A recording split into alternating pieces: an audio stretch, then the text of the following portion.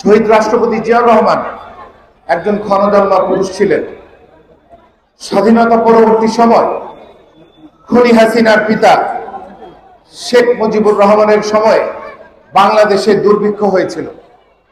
সেই দুর্ভিক্ষর পরবর্তী সময় বাংলাদেশ যে খাদ্য সংকটে পড়েছিল, সেই খাদ্য সংকট থেকে উত্তোলন করেছিলেন শহীদ রাষ্ট্রপতি জিয়াউর রহমান।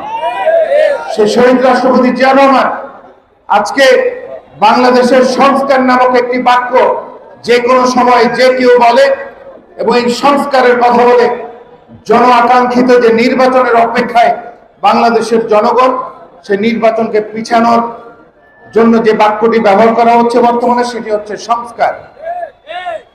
সেই ৭৪ পরবর্তী সময়ে সর্বপ্রথম শহীদ রাষ্ট্রপতি জিয়াউর রহমান বিভিন্ন সংস্কারের মাধ্যমে বাংলাদেশকে সেই খাদ্য সংকট থেকে উত্তোলন করে একটি স্বনির্ভর খাদ্য স্বয়ংসহিত বাংলাদেশকে রূপান্তরিত করেছেন। প্রিয় ব্যক্তি, আপনারা শুনবেন শহীদ রাষ্ট্রপতি জিয়াউর রহমানের সেই অল্প সময়ের বাংলাদেশ শাসন কোনো দুর্নীতি ছিল না।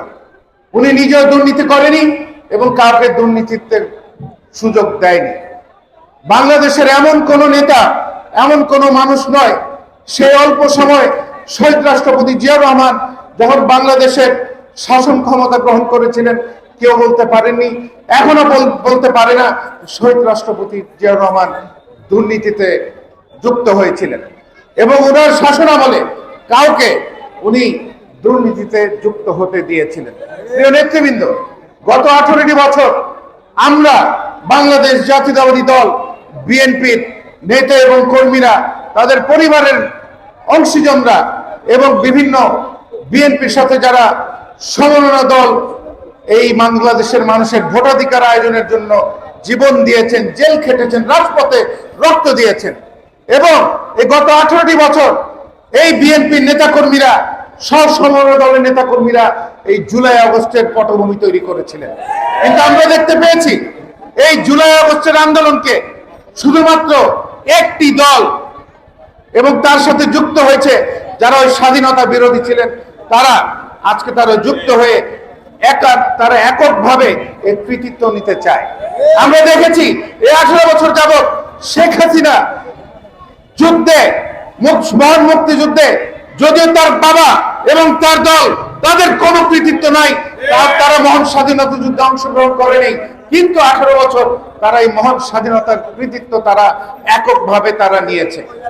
এবং সে একইভাবে আজকে দেখছি এই আন্দোলন সংগ্রাম করে রক্ত দিয়ে আজকে আমাদের ভাই বোনেরা যেখানে শহীদ হয়েছেন, তারা এককভাবে একটি নতুন দল, তারা এককভাবে কৃতিত্ব নেয় এবং কৃতিত্ব নিয়ে বাংলাদেশের নির্বাচনকে পিছিয়ে নেওয়ার একটি আলোচনা তারা মাঠে তুলছে।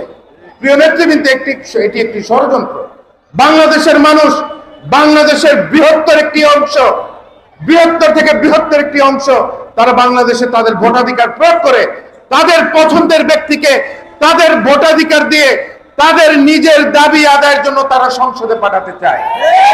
কিন্তু আজকে এই দল, দুটি দল বিভিন্নভাবে বাংলাদেশে ঠিকই শেখ হাসিনার মতো বাংলাদেশের মানুষকে তাদের ভোটাধিকার থেকে বঞ্চিত করতে চায় এবং বিভিন্নভাবে এই ভোটের যে আয়োজন এই অন্তর্বর্তীকালীন সরকারের করার কথা, তাদেরকে বিভিন্নভাবে তাদেরকে কিন্তু এই ভোটাধিকার যাতে না দেয় সেটি নিয়ে তারা কিন্তু কাজ করে যাচ্ছে।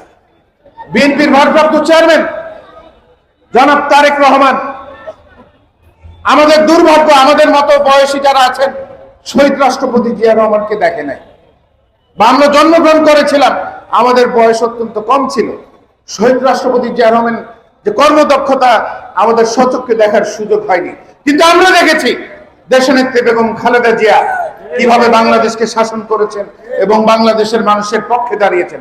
আমরা দেখেছি দেশনেত্রী বেগম খালেদা জিয়া তার নিজের স্বার্থের কথা চিন্তা করে নাই, তার পরিবারের স্বার্থের কথা চিন্তা করে নাই, বাংলাদেশের মানুষের স্বার্থের কথা চিন্তা করে বারবার তার নিজের পরিবারকে উনি মৃত্যুর মুখে ঢেলে দিয়েছেন।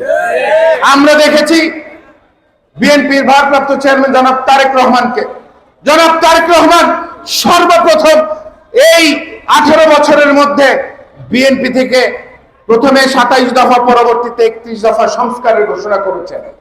আমরা দেখেছি গ্রামে গঞ্জে থানায় ইউনিয়নে আমরা 31 দফার কথা আমরা মানুষের সামনে তুলে ধরেছি এবং বাংলাদেশের মানুষ সেই 31 দফা সংস্কারকে তারা গ্রহণ করেছেন, তারা আমাদেরকে সমর্থন দিয়েছেন। আমরা একটি সুষ্ঠু, অবাধ, নিরপেক্ষ নির্বাচনের জন্য যুদ্ধ করেছি, প্রয়োজন হলে আবার যুদ্ধ করব। বাংলাদেশের বৃহত্তর অংশ, বাংলাদেশের মানুষের বৃহত্তর অংশ চায় অতি দ্রুত তাদেরকে তাদের ভোটাধিকার ফিরিয়ে দিয়ে একটি নির্বাচনের ব্যবস্থা দেয়। কিন্তু আজকে বিভিন্নভাবে অন্তর্বর্তীকালীন সরকারকে বিভিন্ন জায়গা থেকে আওয়াজ তুলে 5 বছর থাকতে হবে, তাদেরকে আজীবন রাখতে হবে, এই কথা বাংলাদেশের মানুষ চায় না, বলে। আজকে প্রিয় নেতৃবৃন্দ, আমাদের অভিভাবক এখানে উপস্থিত আছেন, আপনাদেরকে অনুরোধ করব, আপনারা দলকে সুসংগঠিত করেন। দল যদি সুসংগঠিত থাকে, বাংলাদেশের মানুষের দাবি আদায় করা আমাদের জন্য সম্ভব। আর যদি দল সুসংগঠিত না করেন, তাহলে কিন্তু দলের পক্ষে কাজ করা সম্ভব নয়। আরেকটি কথা বলতে চাই, দলের সুসময়ে, দলের দুঃসময়ে নেতাকর্মীদেরকে ভুলে যাবেন না। দলের দুঃসময়ে সে গুটি সংখ্যক কয়েকজন আমাদের নেতাকর্মীরা যারা এই বাংলাদেশ জাতীয়তাবাদী দলকে টিকে রেখেছে, তাদের দিকে আপনাদেরকে নজর দিতে হবে। সময়ের বন্ধু আমাদের বন্ধু না, দুঃসময়ের বন্ধুরা আমাদের বন্ধু। আমি আর বক্তব্য বাড়াতে চাই না। শহীদ রাষ্ট্রপতি জিয়াউর রহমান যে 19 দফা ঘোষণা করেছিলেন, পরবর্তীতে এই 19 দফার আলোকে আমাদের এই 27 দফা, পরবর্তীতে বর্তমানে 31 দফা ঘোষণা করেছে। 31 দফা আমাদেরকে বুকে ধারণ করতে হবে, 31 দফা আমাদেরকে জানতে হবে, 31 দফা মানুষের কিভাবে কল্যাণে কাজ করবে সেই বিষয়ে আমাদেরকে কাজ করতে হবে। আরেকটি কথা বলতে চাই, আমাদের এই এলাকায় অনেক সমস্যা। আমাদের এই মা বোনেরা সামনে বসে আছে, গ্যাস পায় না, সারা রাত জেগে থাকতে হয় তাদের পরিবারের মুখে দুমুঠো ভাত রান্না করে দেওয়ার জন্য তারা যেই কষ্ট তারা করে বেড়াচ্ছেন, সেটি কিন্তু বাংলাদেশ জাতীয়তাবাদী দল যদি রাষ্ট্র ক্ষমতায় আসেন, যদি আমাদের সকলের উদ্দেশ্য সৎ থাকে, তাহলে কিন্তু এই আমাদের মা বোনদের এই সমস্যা আমরা সমাধান করতে পারবো। আমাদের এলাকায় গডফাদার এলাকা ছিল এই 51 নম্বর ওয়ার্ডে শ্যামপুর থানা, আজকে এই গডফাদার মুক্ত হয়েছে। আবারও দেখছি কিছু কিছু মানুষ, আওয়ামী লীগের দোসররা আমাদেরকে এখানে আবার সুযোগ দিচ্ছে, সেটা আমাদেরকে যে কোনো ভাবে হোক সেটা আমাদেরকে দমন করতে হবে। প্রিয় নেতা কর্মীরা, প্রিয় নেতৃবৃন্দ, জনমানুষের পক্ষে কাজ করতে হবে। জুলুমকারীদের পক্ষে মানুষ না, মানুষ কিন্তু জুলুমকারীদের পক্ষে কখনো থাকে নাই, মানুষ সব সময় জুলুমকারীদের বিরুদ্ধে ছিল। আপনাদের মানুষের দাবি আদায়ের পক্ষে থাকতে হবে, মানুষের কথা বলতে হবে। আপনি যদি তাদের কথা বলেন, সেটা আপনার কথা হয়ে যাবে। প্রিয় নেতৃবৃন্দ, আর বক্তব্য দিতে চাই না। আমি আপনাদেরকে ধন্যবাদ জানাই। মানুষের সঙ্গে মিশে মানুষের অধিকার আদায়ের কথা বলবেন, এটাই আমাদের আদর্শ। এই আদর্শে আমাদের শহীদ রাষ্ট্রপতি জিয়াউর রহমান শিক্ষা দিয়ে গেছেন। পরবর্তীতে দেশনেত্রী বেগম খালেদা জিয়া, উনি আমাদেরকে শিক্ষা দিয়েছেন, এবং বর্তমানে বিএনপি ভারপ্রাপ্ত চেয়ারম্যান জনাব তারেক রহমান এই একটি আদর্শ নিয়ে আমাদের সাথে কাজ করে চলছেন। সংগ্রামী নেতৃবৃন্দ, আমরা মানুষের পক্ষে থাকব, মানুষের বিভিন্ন দাবি আদায়ে কাজ করব, এই আশা ব্যক্ত করে আমার বক্তব্য শেষ করছি। আল্লাহ হাফেজ। বাংলাদেশ জিন্দাবাদ, বাংলাদেশ জাতীয়তাবাদী দল জিন্দাবাদ, শহীদ রাষ্ট্রপতি জিয়াউর রহমান অমর হোক, দেশনেত্রী বেগম খালেদা জিয়া জিন্দাবাদ। আমরা যাকে আগামী এই বাংলাদেশকে এই বিভিন্ন সংকটময় সময় থেকে যে উত্তোলন করতে পারবেন, আগামী দিনে যাকে বাংলাদেশের মানুষ প্রধানমন্ত্রী হিসেবে দেখতে চায়, আমাদের প্রিয় নেতা বিএনপির ভারপ্রাপ্ত চেয়ারম্যান জনাব তারেক রহমান জিন্দাবাদ। আমার এই এলাকার মানুষ জিন্দাবাদ, শ্যামপুর কদমতলীর মানুষ জিন্দাবাদ। আসসালামু আলাইকুম ওয়া রাহমাতুল্লাহি ওয়া বারাকাতুহু।